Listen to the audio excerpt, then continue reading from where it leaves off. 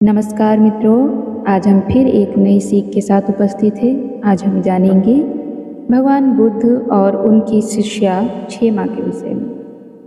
कुछ घुड़सवारों के संरक्षण में आई मगध की साम्राज्ञी महारानी क्षेमा ने तथागत के आश्रम की शांति भंग कर पक्षी चहक उठे, रथ के पहियों की गड़गड़ाहट सुनकर मोर कुहुक उठे, संपूर्ण वनस्थली एक बार चौकन्नी हो गई। महारानी क्षेमा का पदार्पण कुछ महत्वपूर्ण अर्थ रखता था। वे धीरे धीरे रथ से उतरी। घुड़सवार सैनिकों ने सम्मान से गर्दनें नीचे झुका ली। शेरनी के समान उन्होंने उन पर दृष्टि डाली और कहा, अब तुम लोग जा सकते हो। आई हुई गड़बड़ाहट थोड़ी ही देर में दूर दूर, बहुत दूर क्षितिज में जाकर विलीन हो गई।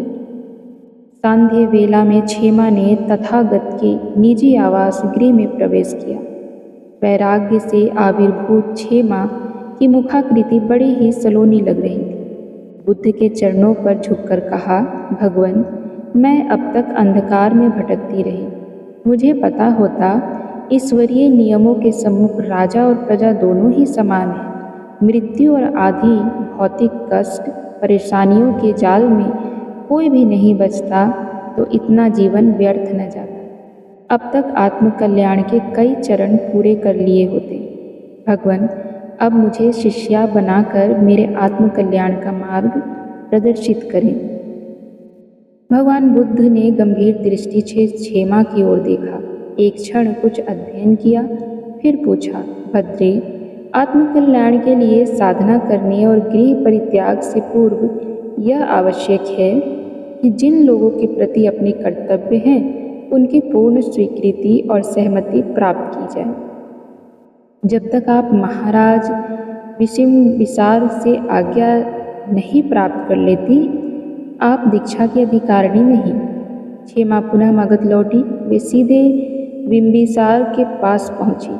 आकर्षण रहित वेश और खुले हुए केस देखकर महाराज पहल ही समझ गए क्षेमा के अंतःकरण में तीव्र आंदोलन है।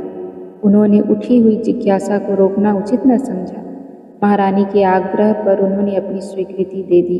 क्षेमा पुनः भगवान बुद्ध के पास लौट आई।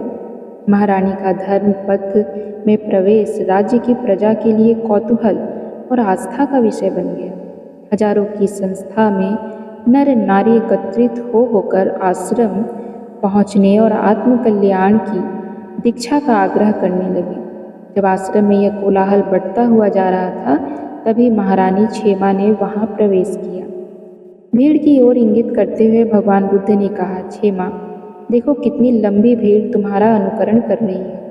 जानती हो क्यों? सामान्य प्रजा के पास भी ऐसी ही भक्ति होती है जैसे तुम्हारे हृदय में उमड़ रही है, किंतु इनके पास न विचार होता है न विवेक, इसलिए इनका वैराग्य दृढ़ नहीं। प्रबुद्ध व्यक्तियों के पद चिन्हों का अनुसरण करने का नियम इस संसार में सर्वत्र है। आज तक तुम्हारा वैभव विलास का जीवन रहा, उसका अनुकरण यह लोग करते रहे।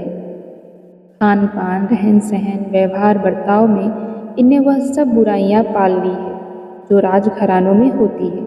इस स्थिति में क्या इन्हें छोड़कर अकेले तुम्हें दीक्षा दी जा सकती है? नहीं महाराज, क्षेमा ने संक्षिप्त उत्तर दिया। तो फिर यह भी आवश्यक है कि इन सब में भी उसी तरह का विचार, विवेक और वैराग्य हुआ है। इसके लिए तुम्हें कुछ दिन इनके बीच रहकर इनके विकास की साधना करनी पड़ेगी। जब तुम यह दूसरा चरण भी पूरा कर लोगी, तब दीक्षा के पात्र बनोगी।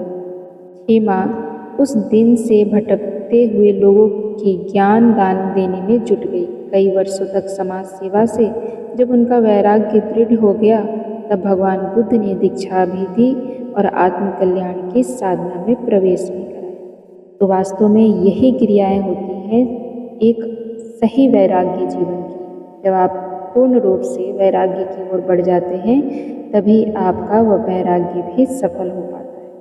इसीलिए समाज सेवा भी उतना ही आवश्यक है। साथ ही साथ आपके लिए हर एक वो चीज़ आवश्यक है जो आपके वैराग्य में बाधक बनी है, उसको स्वयं से निकालने का प्रयास करना। जो लोग आपसे जुड़े हैं उनको भी आप इस प्रकार से ज्ञान दें, उनका मार्गदर्शन करें, उनके विचारों को आप बदलें, तब जाकर आपका असली वैराग्य संपन्न होता है। इस जानकारी से आपने क्या सीख ली, कमेंट करके हमें अवश्य बताइएगा। आज के लिए सिर्फ इतना ही। फिर मिलेंगे एक नई सीख, एक नई कहानी के साथ। तो वीडियो को लाइक कीजिएगा, चैनल को सब्सक्राइब कर लीजिएगा और वीडियो को और लोगों तक शेयर कीजिए।